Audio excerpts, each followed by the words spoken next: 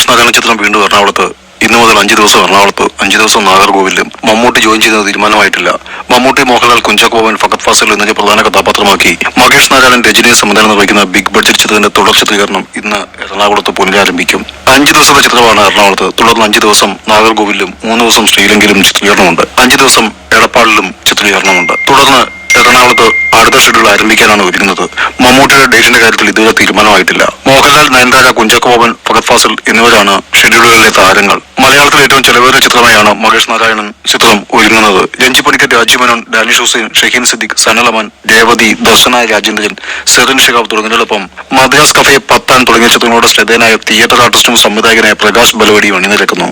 ബോളിവുഡിലെ പ്രശസ്ത സിനിമാറ്റോഗ്രാഫർ മനീഷ് നന്ദനാണ് ഛായാഗ്രഹണം. Happy new year, Rocky Rani തുടങ്ങിയ ബോളിവുഡ് ചിത്രങ്ങൾക്ക് മനീഷ് നന്ദൻ ക്യാമറ ചലിപ്പിച്ചിട്ടുണ്ട്. ആൻഡ്രോ ജോസഫ് ഫിലിം കമ്പനിയുടെ ബാനറിൽ ആൻഡ്രോ ജോസഫാണ് നിർമ്മാണം. രാജേഷ് കൃഷ്ണയും CV സാരഥിയുമാണ് എക്സിക്യൂട്ടീവ് പ്രൊഡ്യൂസർമാർ.